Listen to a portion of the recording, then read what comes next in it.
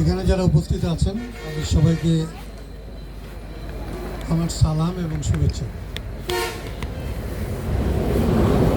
এইটা এর আগে যারা এখানে কথা বলছেন তারা বলছেন যে এইটা আমাদের জন্য আজকে একটা আনন্দের ঘটনা যে আমরা পাবনা জেলায় এরকম একটা অফিস আমাদের ধরেন আমরা আজকে উদ্বোধন করতেছি এবং এই উদ্বোধন অনুষ্ঠানে আমাদের ভাই বোন, আমরা নারী পুরুষ, তরুণ, বাচ্চা, শিশু এবং বয়স্ক, আমরা সকল স্তরের মানুষ এখানে কম হইতে পারি, কিন্তু আমাদের মধ্যে দেখবেন যে সব স্তরের মানুষ আছে। আমাদের বাচ্চারা আছে, আমাদের মুরব্বীরা আছে, আমাদের ছোটরা আছে, আমাদের বড়রা আছে। আমরা সবাই মিলে এইখানে আমাদের অফিসটা উদ্বোধন করতে আসি। আজকে তো এখানে আমি বক্তৃতা করব না, মানে বক্তৃতা করার মতো সময়ও নাই, একটু পরে আজান হবে। আমি শুধু আমাদের দুইটা তিনটা কথা আপনাদেরকে একটু বলি। এর একটা হচ্ছে যে আমাদের নাম রাষ্ট্র সংস্কার আন্দোলন। এই সংগঠন আমরা যেটা করি, পার্টিটার নাম হচ্ছে আমরা রাষ্ট্র সংস্কারের জন্য আন্দোলন করি। তো রাষ্ট্র সংস্কারটা কি? ধরেন এই যে ঘরটা, এটা যদি ধরেন এটার যদি খুঁটি ভেঙে যায়, এটা যদি পড়ে যাওয়ার হয়, এটাতে যারা বসবাস করে এদের উপরে যদি চাল ভেঙে পড়ার মতো অবস্থা হয়, তাহলে আমরা কি বলি? বলি যে এটাকে মেরামত করতে হবে, না হয় এটাতে আর বসবাস করা সম্ভব না।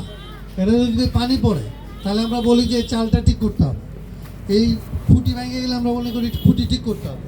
এটার যদি আসলে বিটা ভেঙে যায় তাহলে আমাদের বিটা ঠিক করতে হবে। আমরা যে রাষ্ট্রটার মধ্যে বসবাস করি, এই রাষ্ট্রটার মধ্যে এই যে দেশটা 18 কোটি মানুষের মতো এখন এই বাংলাদেশে আমরা থাকি। এই বাংলাদেশ, এই 18 কোটি মানুষ আমরা কি? আমরা কেউ হিন্দু, কেউ মুসলমান, কেউ বুদ্ধ, কেউ খ্রিস্টান, কেউ নারী, কেউ পুরুষ, কেউ মালিক, কেউ শ্রমিক, কেউ আসলে কর্মকর্তা, কেউ কর্মচারী। এই তো আমাদের বহু রকমের মানুষ এখানে, যেরকম শিশু থেকে বয়স্ক, এই গোটা 18 কোটি মানুষ তো বিভিন্ন রকমের মানুষ। তাইলে এই মানুষদের মধ্যে ধরেন পার্থক্য আছে, মিল আছে, কেউ জুলুমবাজ আছে, কেউ আসলে মজলুম আছে, কেউ চোর আছে, কেউ ফেরেস্তা আছে, এই মানুষেরা আছে। তো আমাদের একটা পরিচয় কি? আমরা এই 18 কোটি মানুষ এই বাংলাদেশের আমরা হচ্ছে নাগরিক। আমরা সবাই মিলে আমাদের সাধ্যমতো এই যে একটা সরকার বানাই এবং এই সরকারকে চলার জন্য আমরা টাকা দিই। আপনার যে আসলে যে আপা বলছিল যে ওনাদের বেতন পাইতেছে না, ওনাদের বেতন পায় না, ওনার সংসার চলে না, কিন্তু এর মধ্যে উনি সরকারকে টাকা দেয়। আপনি শুনলে এটা অবাক হবেন, বলবেন আমি কোত্থেকে সরকারকে টাকা দিই? এই যে উনি এটা দিয়ে কথা বলে না, এটার মধ্যে যদি 100 টাকা আপনি ভরেন, এইটা থেকে কত টাকা সরকারে কাইটে নেয় আপনি জানেন? 53 টাকা এখান থেকে সরকার কাইটে নিয়ে যায়। আপনি 47 টাকার কথা বলেন আর 53 টাকা আপনি সরকারকে ট্যাক্স দেন। যে ভিক্ষা করে বাংলাদেশে সেও সরকারের টাকা দেয়। যে যেইভাবে আসলে বাইচে থাকে, প্রত্যেকটা মানুষ সরকারকে টাকা দেয় এবং মাথা পিছু সরকার আমাদের কাছ থেকে বছরে 44,000 টাকার মতো করে তুলে। মানে 5 জনের একটা সংসার যদি থাকে, 2 জনে রোজগার করে, 2টা ছোট বাচ্চা থাকে, একটা বয়স্ক মা বাবা থাকে, অর্থাৎ 5 জনের সংসারে হয়তো রোজগার করে 2 জনে, তো তার ভেতর থেকে 2.5 লক্ষ টাকা সরকার আপনার কাছ থেকে আমার কাছ থেকে তুলে নেয়। তুলে নিয়ে কি করে? বলে আমাদের জন্য উন্নয়ন করে, আমাদের জন্য রাস্তাঘাট বানায়, আমাদের জন্য মন্ত্রী মিনিস্টার পালে, আমাদের জন্য থানার দারোগা থেকে শুরু করে ওই যে এমপি মন্ত্রী এদেরকে পালায়, এদের গাড়ির তেল দেয়, এদের গাড়ি কিনে দেয়। এই সব টাকা আসলে এই যে এই পথে আপনার আমার কাছ থেকে নেয়। তাহলে আমরা যেটা বলি যে টাকা দেই আমরা, আর তোমরা যাদেরকে পালো, একটু আগে যে বলছিল না কেউ একজন যে শ্রমিককে এসে বাড়ি দেওয়ার জন্য পুলিশকে তো আমরা পালি হচ্ছে আমার সন্তান, ও তো বড় লোকের বাচ্চা না, তো পুলিশে তো আমার আপনার হয় ভাই, না হয় আমাদের কারো ছেলে। এইরকম একটা পুলিশকে আমরা বেতন দিই। ও যে লাঠিটা ব্যবহার করে, এটা কেনার টাকা তো আমার, ওর বাপের টাকা না তো। ও যে আসলে পায়ের বুট থেকে শুরু করে মাথার হেড পর্যন্ত, ও যে লাঠি থেকে শুরু করে গুলি পর্যন্ত, তার প্রত্যেকটা জিনিস কেনার টাকা আমাদের এই টাকা থেকে হয়। তাইলে এইগুলি আসলে ব্যবহার হওয়ার কথা ন্যায়ের পথে, সাধারণ মানুষের পক্ষে, যারা এগুলি দেয় তাদের পক্ষে। কিন্তু এই দেশটা চলে উল্টা পথে। এই দেশটা চলে যাদের টাকায় চলে, তাদেরকে বাড়ি দেওয়ার জন্যে, তাদেরকে মারার জন্যে, তাদেরকে নির্যাতন করার জন্য। আমরা বলতেছি এই আইনগুলি সংস্কার করতে হবে। আমার টাকায় যদি চলে, আপনি যে কারখানায় কাজ করেন, আপনি যদি গিয়ে কাজ না করে গল্প করেন, আপনাকে বেতন দিবে? আপনাকে চাকরিতে রাখবে? তাহলে যে ডিসিকে আমরা পাবনায় পালি, যে এসপিকে আমরা পালি, যে মিনিস্টার কিংবা এমপি এখান থেকে হবে, তার জন্য যে আমরা গাড়ি বাড়ি সমস্ত কিছুর আয়োজন করি, তাহলে এদের কাজ কি হবে? ওরা জনসেবার কথা বলে যায় না? তাহলে ওরা আমাদের সেবা যদি না করে, তাহলে ওদের না জেল হবে, ওদের ফাঁসি হবে, ওদের বিচার হবে। আইনটাকে এইভাবে ঘুরাইতে হবে, আইনটাকে ঠিক করতে হবে। এইটার যদি খুঁটি না থাকে, এইটা যেরকম আপনার ঘর আপনার বুকের উপর ভাঙিয়ে পড়বে। বাংলাদেশের যে আইন কানুন, এই আইন কানুন আজকে যাদের টাকায় চলে এদের উপর ভাঙিয়ে পড়ার মতো হচ্ছে। আমরা বলছি এটাকে যে ঠিক করতে হবে, এইটার নাম হচ্ছে এই রাষ্ট্রটার সংস্কার করতে হবে, আইনের সংস্কার করতে হবে, রাজনীতির সংস্কার করতে হবে। এই কল কারখানায় যারা চালায় তাদের পক্ষে আইন লাগবে, এই কর্মচারীদের পক্ষে আইন লাগবে, কৃষকের পক্ষে আইন লাগবে, মজুরের পক্ষে আইন লাগবে।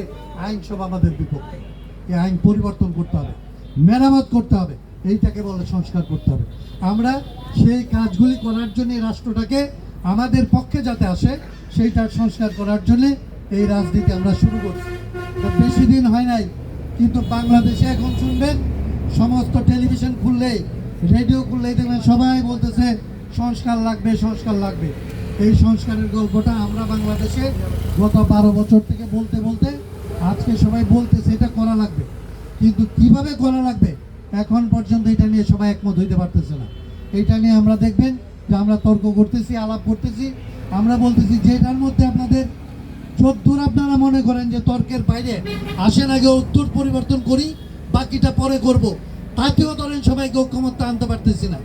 এক এক দল এক এক কথা বলে, কিন্তু আমরা চেষ্টা করতেছি বাংলাদেশের কোনো না কোনোভাবে আমরা যদ্দূর পারি সংস্কার করব এবার। এবং এই সংস্কারের পরে এই পথ ধরে আমরা আসলে গোটা বাংলাদেশের সকল ধরনের জনগণের পক্ষের আইন বানানোর জন্যে, জনগণের সন্তানদের এই দেশের মালিকানার জন্যে, এই রাষ্ট্রের সম্পদের উপর আপনাদের মালিকানার জন্যে আমরা আইন বানানোর লড়াই, এই যে রাজনৈতিক লড়াইটা আমরা শুরু করছি। 53 বছর ধরে যে রাজনীতি হয়েছে, এই রাজনীতি হয়েছে কেবল বলছে এই নাসির ভালো না, অমুক ভালো, অমুকরে ভোট দেন, অমুক ভালো না, তমুকরে ভোট দেন। আমরা এবার বলছি যে অমুক ভালো না, এই চোর, এটা ঠিক আছে, তো চুরি কইরা যে চলা যায়, এই চুরির আইনও বদলাইতে হবে, চোরও বদলাইতে হবে, চোর বানানোর আইনও বদলাইতে হবে। এই প্রথম এই জন্যে এইবার যে হাসিনাকে সরানো হয়েছে, তারপরে এখন রাষ্ট্রের সংস্কারের আলাপ হইতেছে। কেবলমাত্র হাসিনা গেল আর নির্বাচন করে চলে যাবে, এইটা আমরা দিতে চাইতেছি না। আমরা বলতেছি কী কী পরিবর্তন হবে, রাষ্ট্রের কী কী সংস্কার হবে, এটা আসেন ঠিক করেন, তারপরে আসলে নির্বাচন হবে। তারপরেও সমস্ত জিনিস এবার হবে না। হবে না কেন? হবে না কারণ আপনারা তো আপনাদের পক্ষে কথা বলেন নাই, আপনারা তো আপনাদের রাজনীতিটা করেন নাই। আপনারা তো আমাদের বাচ্চাদেরকে, আমার বাচ্চা গিয়ে কার রাজনীতি করে, অমুক ভাই গিয়ে চলো, তমুক ভাই গিয়ে চলো, ও তো বলে না, ও তো শ্রমিকের পক্ষে রাজনীতি করে না, ও তো কৃষকের পক্ষে রাজনীতি করে না, এ তো রাষ্ট্রের আইন তার পক্ষে আনার রাজনীতি করে না।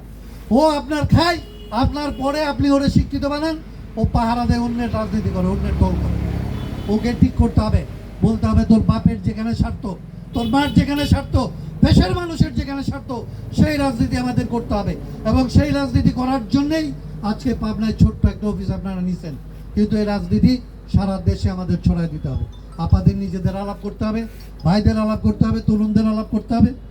এই আলাপের ভেতর দিয়ে এই বাংলাদেশে পরিবর্তনের একটা সম্ভাবনা সূচনা হয়েছে। আপনাদের ছেলেমেয়েরা জীবন দিয়ে, রক্ত দিয়ে, বন্দুকের সামনে বুক পাইতে দিয়ে এই হাসিনাকে এখান থেকে সরাইছে। কেবল হাসিনাকে সরানোর জন্যে, হাসিনা সরাইলে হাসিনার আমলে যেরকম ছিল, বাংলাদেশ যদি তার চাইতে আরও খারাপ হয়, বাংলাদেশ যদি তার মতোই থাকে, তাইলে আমার সন্তান রক্ত দিয়ে লাভ হইল কি? তাইলে হাসিনা সরানো হয়েছে, বাংলাদেশকে হাসিনার আমলের চাইতে ভালো বানাইতে হবে, বাংলাদেশের আইন কানুনকে হাসিনার আমলের চাইতে ভালো বানাইতে হবে। সেই কাজ করার জন্য আমাদের সন্তানরা জীবন দিছে। এই জীবন এমনি এমনি বাতাসে বাইসে যাইতে দিব না, আমাদের সন্তানদের রক্ত এমনি বাতাসে বাইসে যাবে না। আমরা এই রক্তের বদলা নেব বাংলাদেশকে আসলে পরিবর্তন করার ভেতর দিয়ে। যে বাংলাদেশ বানানোর জন্য আমাদের বাচ্চারা জীবন দিছে, আমাদের বাচ্চারা গুলি খাইছে, সেই বাংলাদেশ আজকে হোক, আগামীকাল হোক, আমরা এটা যে বানানোর পথে হাঁটা শুরু করছি, এই লড়াই আমরা একদিন না একদিন আমরা জিতবো। যেরকম আমরা হাসিনাকে সরাইছি, এই হাসিনা হয়ে ওঠার যে ক্ষমতা, যারাই ক্ষমতায় যায় সে যে যারা ইচ্ছা তারা গুলি করতে পারে, যারা ইচ্ছা তারা মারতে পারে, এই ক্ষমতা তাদের হাত থেকে আমরা কেড়ে নিয়ে মানুষের হাতে এই ক্ষমতা দিয়ে আমরা এই বাংলাদেশকে পরিবর্তন করে ছাড়বো। সেই কাজে আপনারা থাকবেন, আপনারা আরও মানুষকে যুক্ত করবেন, আপনাদের সন্তান সন্ততিকে যুক্ত করবেন এবং সারা বাংলাদেশে কৃষক, শ্রমিক, সাধারণ মানুষ, ন্যায়ের পক্ষে যারা, অন্যায়ের বিরুদ্ধে যারা, তারা যে দলই করুক, অন্যায়ের বিরুদ্ধে সমস্ত মানুষকে নিয়ে আমরা এই বাংলাদেশকে পরিবর্তন করব। সে আশাবাদ ব্যক্ত করে আজকে এখানে যারা উপস্থিত হয়েছেন তাদের সবাইকে সেই লড়াইয়ে আমরা আসলে একসাথে পাবো। সেই লড়াইয়ের জন্য আপনাদেরকে আহ্বান জানিয়ে আমি আমার কথা এখানে শেষ করছি। মুরব্বীরা যদি আরো কথা বলে আমরা শুনবো, কিন্তু আজানের সময় হয়ে গেছে। আমরা ধরেন দূর থেকে আসছি, আমরা যাব। তবে এইটাই বলেই আজকে এখানে যারা আসলে এই আয়োজন করছেন, এই আয়োজন যারা করছেন, এই লাইনে যারা আছেন, তাদের সবাইকে আমার জায়গা থেকে আমি আবারও কৃতজ্ঞতা এবং আমার বক্তব্য আমি আপনাদেরকে আবারও সালাম, আবারও শুভেচ্ছা।